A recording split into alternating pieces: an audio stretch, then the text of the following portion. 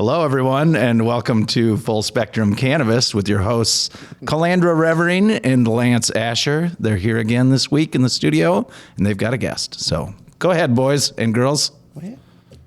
That's Sam. Let's do this. That's Sam. We're so excited. I'm very excited. We have a guest again. We do. Cory Lake. Yeah, he's one of my favorite people, too. Why? Just because, so I first saw him on the cover of Star Tribune one day. I was going to be like newspaper. GQ or something interesting.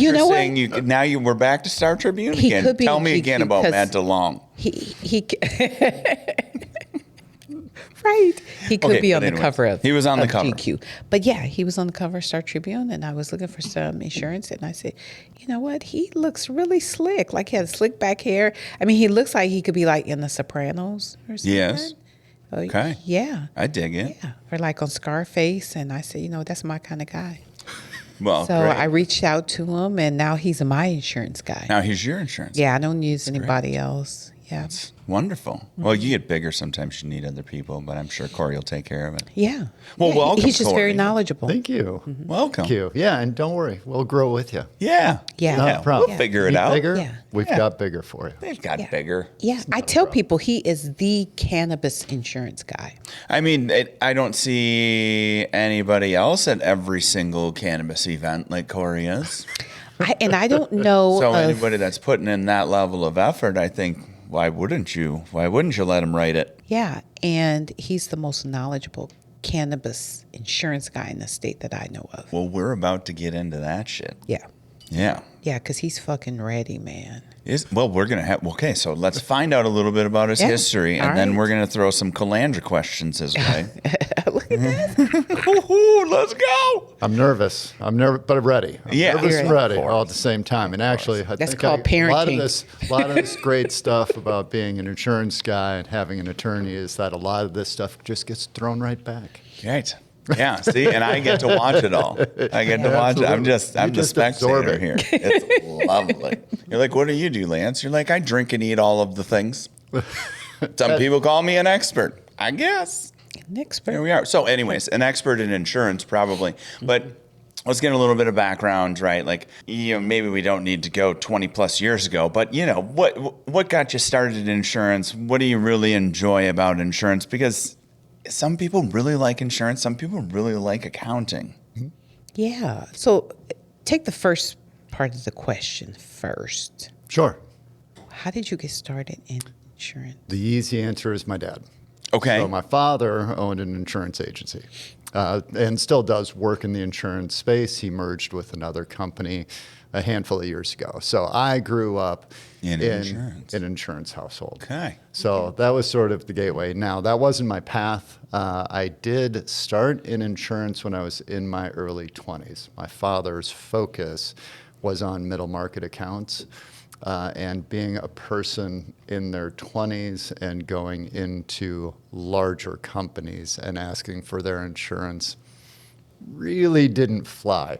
Right. So I spent a couple of years learning and trying to understand it. I also didn't have very much business experience, and then ended up going into the music space. So I did music retail. We can actually go back Whoa. 25 years. Whoa. So 25 years ago, I started in music retail, ended up opening a store. So I had a music store with a recording studio for 20 years. Wow. And then eventually had an exit. So sold the music store. It still exists today. It's in Phoenix City, Alabama. So the guy that bought the music store moved it out there. Yeah. Then got to be a stay-at-home dad for 2 years. Well, my daughter was 8 months old, so until she was 2. And then my father called and said, hey, what do you think? You want to try this insurance thing again? So the gap there was almost 30 years. Yeah. Oh, wow. Yep. Okay. Absolutely. But what happened in those 30 years is I got business experience. Right. I also had a network. So when I got back into it, I now understood what I was supposed to be doing 20 Right. years ago, 25 years ago. And that was pretty amazing. I also had a network. So my first clients were music-related clients. So guitar manufacturers, pedal manufacturers, stores. So basically that entire vertical of idea to manufacturing to then, retail, and those sort of things. Yeah. Well, that's great. I love Who knew that was coming out of there? Yeah. I was like, oh, insurance. What are we going to talk about? I'm going to have to be hilarious. And it turns out, no, we got a rock star, or at least one that brought in a bunch of rock stars to their store. Yeah. So wait a minute. So you said the store is in Alabama. Correct. What were you doing in Alabama? So I was here, and the gentleman that purchased the store was flying to and from Alabama to take care of his parents. And at that time, we had our daughter, who's now 10. And I was winding down at that point. Retail for that long, and the days of Christmas sort of ended, where we would get a new product in, and I really wanted to test it and try it and play with it. It was getting to be more like, you know what, leave it in the box because we've got to sell that as quickly as we can. Yeah. I'm not really interested in playing anymore. So once that sort of started to wear off, and then having a new baby, I was tired. Sure. So, and he was flying to and from Alabama to take care of his parents at that point. So eventually he's like, I'm going to have to move. I have to go there because I have to be with them 24 hours a day. And I said, well, what are you going to do? And he goes, I'm going to open a music store. I said, I have an idea. You should take this one. And that's what we did. Cool. So he ended up purchasing the music store. Again, still exists today, American Guitar Boutique. It's in Phoenix City, Alabama, still selling guitars. And then I still get to dabble and play around, and I still have a bunch of gear and it's fun stuff like that. But now it's back to where it was in the beginning, where it was fun, and when I see new things, I actually get to play with them and have a good time and enjoy it. Yeah, that reminds me of what my daughter said once. She was like, she was doing like AP art or something in high school, and she's out of high schools now, but I was like, are you going to go to college for art, or what is it going to be? And she's like, I kind of don't want to ruin it. And I'm like, oh, I get that, right? But I wouldn't have gotten that at that age, right? But she's intelligent enough to be like, I don't want to ruin this for myself. And I was like, oh, good daughter. I love That's it. smart of you, right? Absolutely. So she dropped out of AP art when she was in high school, and she's like, this isn't fun, and I want art to still be fun. And I'm like, drop it. Get rid of it. She sure did, and then art was good again. Yep. Yeah. Okay. So now music is fun again. Yeah, absolutely. I just amazing. went and had a guitar lesson with one of my old guitar instructors. Yeah. So that was Really? amazing. Yeah, I haven't done that in a long time. It was probably 8 years since my last guitar lesson. So to That's be wonderful. able to, pick that back up again and enjoy it. Took me about 3 years to be able to listen to Christmas music again. Oh, I bet. If you don't know, we start Christmas music at Thanksgiving, and you Sometimes listen earlier. to holiday music 8 hours a day, Wow. 6 days a week. Yep. I was very restrictive when I was managing Verizon stores. Yeah. I was very, very restrictive about this holiday music thing. Really? Yeah, I'm pretty sure it happened when I was gone, but while I was there, it didn't happen. See, I gotta I was have we got to have the one place that you can go into and not hear it. Yeah. During the holidays, I'll play a little bit of it. You of know, course. it'll be kind of mixed in my playlist. It might be one every 10 songs. Sounds reasonable. Yeah. And it's usually a hip hop Christmas song. Sure. It might be a gospel Christmas song, or like just kind of a music version, like a jazzy Sure. Christmas song. Mm-hmm. But I don't like the old Christmas songs. I hate that. We found a lot of fun holiday music because when you listen to the same 10 records over and over again, eventually I had to start hunting things down. Yeah. Had a So pretty you go- impressive collection. So you go from music and retail to fathering, right? Staying home and being the cool dad that they didn't have any idea how cool you were, I'm sure. is at their age. But Still does it. Hey, 10, still not that cool. oh, at 10 still doesn't. Yeah, I estimate and also recommend to other folks. I don't think it happens until 25 before the kids really start to understand the I level agree with you. of coolness. And I think 100%. probably yeah. not until they have a child, and probably not until they own a home or something like this. There's got to be some sort of struggle in there. Inflation. In order to, Inflation, when they realize they can't make it without you. Then they're like, you know what, you are pretty cool. yeah, will you buy me Yeah. dinner? Yeah. Yeah, like instead of like, we're like, hey, can we go out to lunch? And they're like, I'm busy. Yeah. Right? Like all of a sudden Yeah. they start letting you pay for meals again, and you're like, oh yeah, Yeah. great. Yeah. And then during the meal, they say, can you make my car payment? Yeah, that shit's This not one? happening with Yeah. me. It does with me. I mean, I did like get the car, but I didn't have to buy the car. Luckily enough, it was given, not by me. To my daughter, which was great. Give my kid. I didn't even have to mess around with it. Yeah. And then she cracked it up a couple of different times, and then I got to help fix those things. Awesome. Yeah. What you do. So then to insurance, right? Yep. So Pop says, hey, and you're like, I guess, right? And Absolutely. then you naturally we kind of start to find our lane. Hopefully we find the lane that we enjoy, which it sounds as though you did, and you're not just in some corporate insurance doing stuffy stuff. Correct. Yeah. So, I mean, when I originally started, it was basically music related, and then venues and restaurants and those sort of things. So, really, the entire entertainment cycle. Sure. And then that led us up to around 2018, and cannabis started to become a thing, and that really piqued my interest. So, I started getting into the government side. Okay. Started going down to the House and the Senate what I really wanted to understand was how this was going to roll out and how I could be more proactive on the insurance side. And I figured being in the room where the rules and regulations and stuff was going to be done, that would give me either a leg up, and it would also introduce me to sort of the culture on a myriad of different levels. Right. You've got the advocates, you've got the people that are protesting it, you've got the people that are writing stuff into law, and it's all being done at the same time, which I had never experienced any sort of government work before.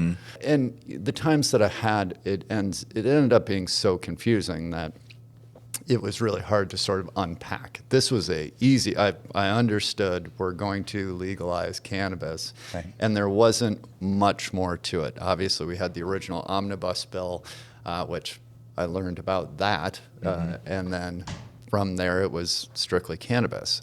So that was a very good sort of entry point for me to get in and really understand how it was all going to work.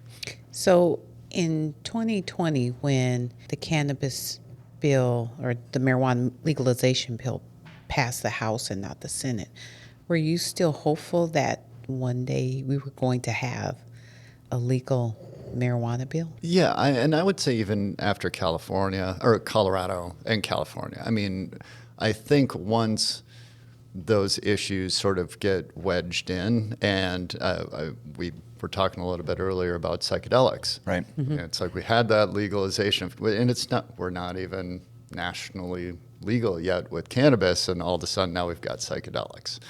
So as soon as that issue sort of breaks through one place, you sort of know it's going to go across the nation eventually. So yeah, I mean, I was very hopeful. I do also talk about 20 years ago where, I mean, for me, I talk about I don't use cannabis anymore, and it's been 21 years since I've used anything. 20 years ago, this wasn't a thing. It wasn't an idea. Right. This wasn't going to happen in my lifetime. So to all of a sudden be here, to me is amazing. I know I'm your favorite client. Okay. What do you like most about this industry and working with so many different cannabis business owners? Yeah, it really reminds me a lot of the music industry. It's independent artists trying to create something. There's no best. There's just, I see it as a art form, And I also see it as both on the grow side, but even on the retail side, these are all art forms. I mean, it's not, you can't just go, this is how it's done, or say it's the best. This is the way to do it. You have everybody's got different ideas and different methodologies and different opinions, and that to me is very exciting. And I'm really looking forward to these sort of next steps of being able to grow, see what people are able to produce, and then those retail experiences that people are going to have. All of the different ways that the kids are figuring out how to create new products. Yeah. It's amazing. I mean, the whole CBD thing, low dose hemp, was amazing to see and unexpected. The country had adult recreational and medical, and that was it. And Minnesota is sort of that glowing example of, oh, wait, now we've got this low dose hemp derived product and it works and it fits into the mix. Now what do we do with it? Right. And that's been even one of the more interesting things with the insurance side is we're chasing what's happening with the industry. So the industry is really starting to dictate what the insurance companies have to figure out. So we're behind the industry, which usually isn't a thing. Right. The only thing that I can liken this to is cyber insurance. So when cyber became a thing, somebody started to figure out how do we insure this, and then we were chasing cyber insurance, and we still are.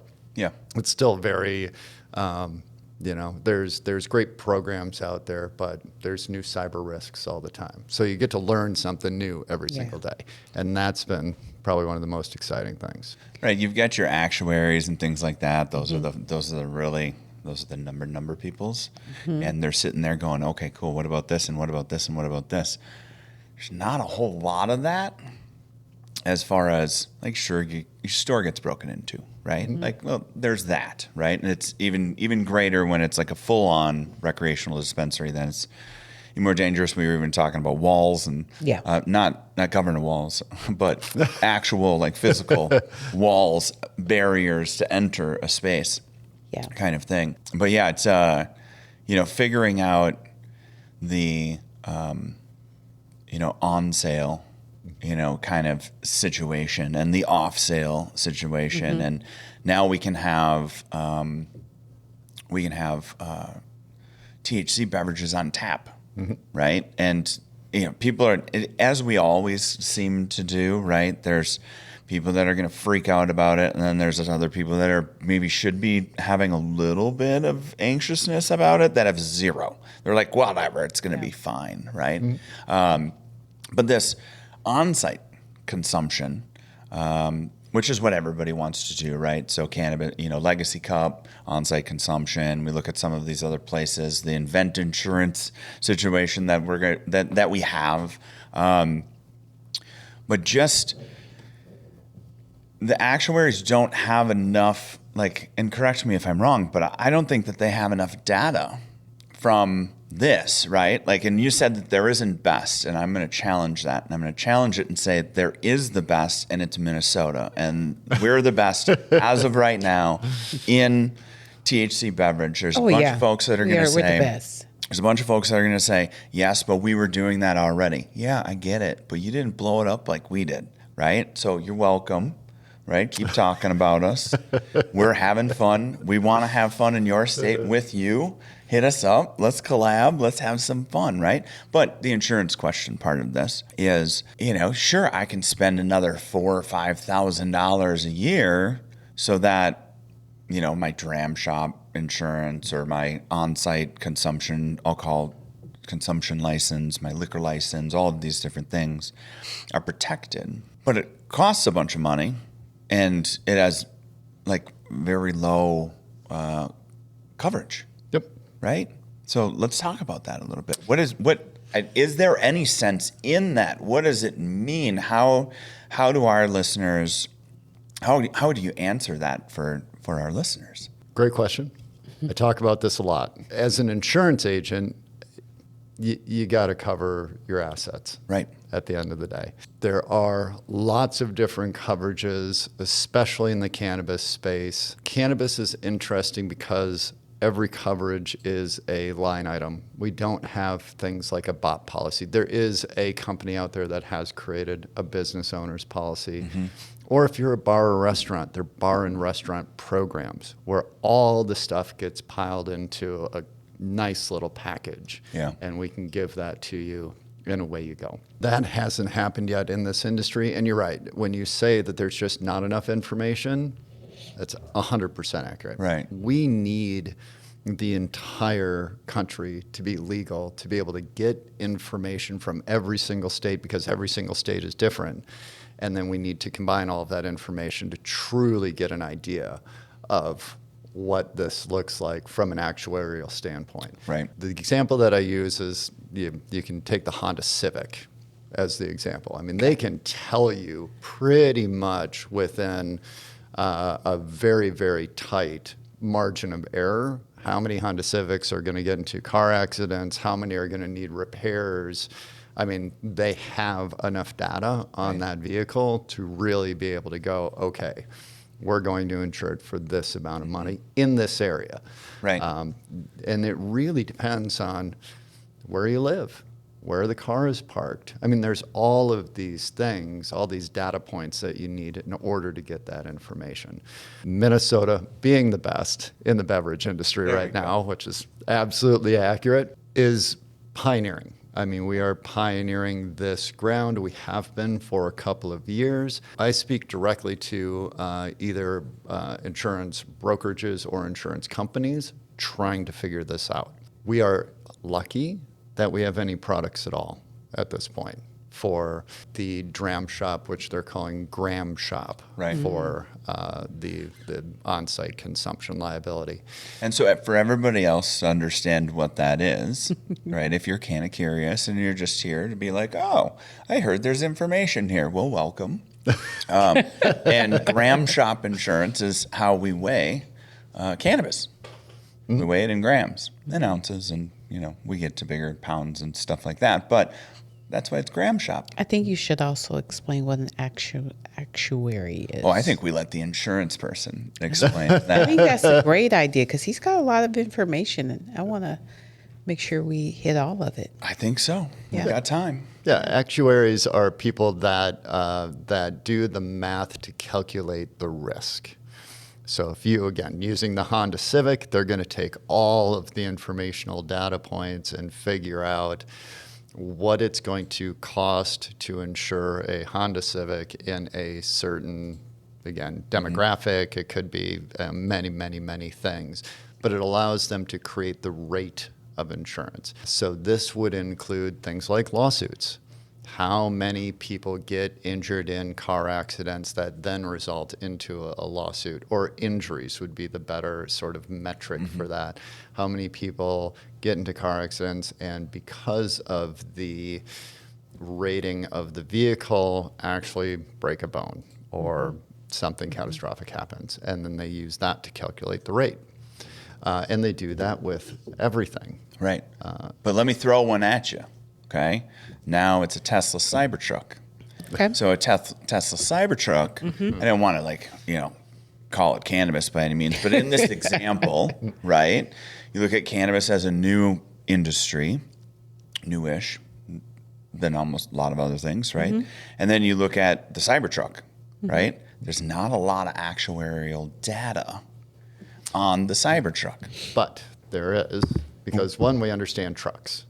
Got it? So we've got trucks, plenty of trucks. And then they have to go through an entire rigorous amount of testing on that truck. So they're going to know what happens when they crash it into a pole at 20 miles an hour, 30 miles an hour, 40 miles an hour, 50 miles an hour. So they're doing all of these tests for that truck before it gets out into the world. Got it. And initially, the insurance is going to be more expensive.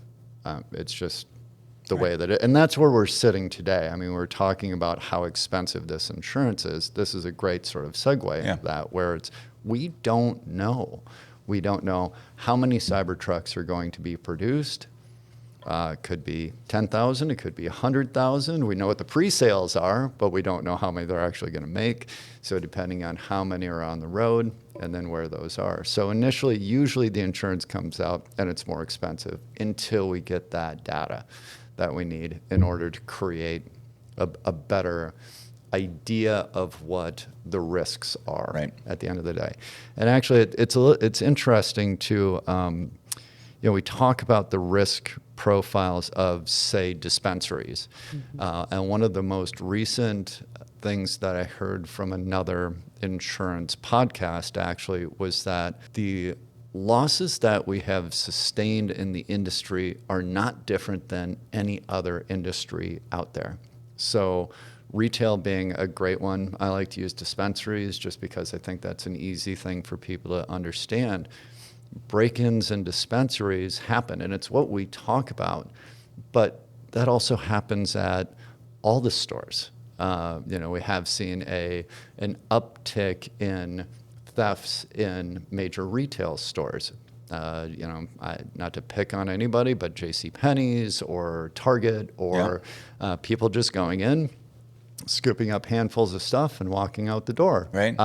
New York had a nice little rash of high-end theft where people were going into Gucci and Louis Vuitton and taking out 50 bags and not getting stopped. Right. And that has a lot to do with insurance. We don't see security guards at the front door anymore because it's less expensive to allow somebody to take a bunch of stuff than it is to chase them down and possibly get hurt or have something catastrophic happen. Especially adult recreational ones, the security is so tight that people aren't just going to walk in and take stuff. But we do see incredible break-ins. Calandra and I were speaking earlier about sort of that Mission Impossible style break-in. But really, that just doesn't happen that often. But it does happen. So our viewers, I'm sure, want to know about the different types of cannabis insurance and kind of how much they're looking at if you're just starting off, and what are some of the things they should be considering? Cannabis is no different than any other product. So we do insurance seed to sale. And I like to use orange juice as kind of the way to think about it. So you have the orange juice seed resellers that are going to sell you the seed to grow the orange tree. That tree is going to grow up on a farm. So that's the cultivation piece. We're going to then take those oranges and then we're going to process them. So we've got a processing facility, and you can sell just the raw oranges, or we can now turn those into a product. So now we've got products manufacturers. So we're going to take those oranges and now we're going to turn it into whatever orange juice you want. Those will turn into products, and those products will then go to a store shelf. So depending on where you are in that space will depend on what types of insurances you need. But it's really no different. So you can take, again, if we use the store, any retail store is going to have the same types of insurance, and you're insuring against the same concepts. In that analogy, general liability is going to be the first thing that you need, and that's kind of across the board. If you're a product manufacturer, a store, farm, any of those things, general liability is sort of the one that you need to make sure that that your initial stuff is safe. But on top of that, if you need a certificate of insurance, if you're going to go and do a farmer's market or any of these shows that are coming up, they're going to ask for a certificate of insurance. The general liability is the one that they're looking at. Right. Okay. That's the thing you need. Yep. So that's the first one. I can speak mostly to the low dose market because that's where we're at right now, and I can, I'll speak a little bit to adult recreational and medical, but the low dose market, general liability seems to be ranging anywhere from about the $3,500 mark to the $5,000 mark, sometimes a little bit more, and it depends on the products that you're selling. And is that annually? That is annual. Okay. Yep. So, and we can break that into monthly installments, Sure. those sort of things. That's pretty normal.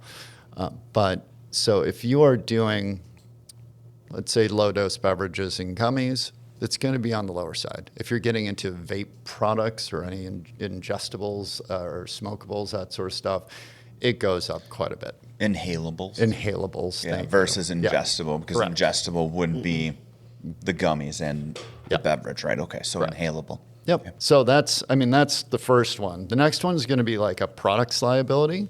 So the one thing that we can package together right now is general liability and products liability. Everybody should carry products liability as well. And that's if somebody gets hurt using the product. Or say they got hurt using the product. Right. At the end of the day. But a great example of that is I had a client who received a phone call. It wasn't really a problem, but received a phone call. And it was a gentleman that had a THC beverage and got sick. The reason why he got sick was that he was on a medication to help him stop drinking. So there is a medication out in the world right now that will either help you slow down or quit drinking alcohol. What had happened is the beverage that he had consumed had been sitting on the shelf long enough to start to ferment. It had enough alcohol in it to trigger his medication, which was pretty amazing. Yeah. So he ended up getting sick. Again, not terribly sick, but enough for him to contact both the product and the product manufacturer, because it was listed on the can, and let them know that's what was going on, which was a really kind of interesting moment for me to go, oh, wow, there is a lot of medications that interact with grapefruit. Right. So if you've got a drink with grapefruit in it and it's not listed on the can or it's not noticeable, somebody could have an adverse reaction. Yep. That's products liability. And in products liability, and the reason why everybody needs to have it is because it's going to start with the product. It's going to go to the product manufacturer. It may go to the ingredients supplier. Right. And then it goes through the entire chain, depending on, of course, what's going on. Mm-hmm. So that ends up being pretty darn important. And I would say especially once we get into doing cartridges and those sort of things, that's going to be very important. And flour. Right. Yeah. All right. Well, I love it. That's a good amount of information so far. I think we're going to take a little bit of a break. All right. Sounds good. We'll be right back.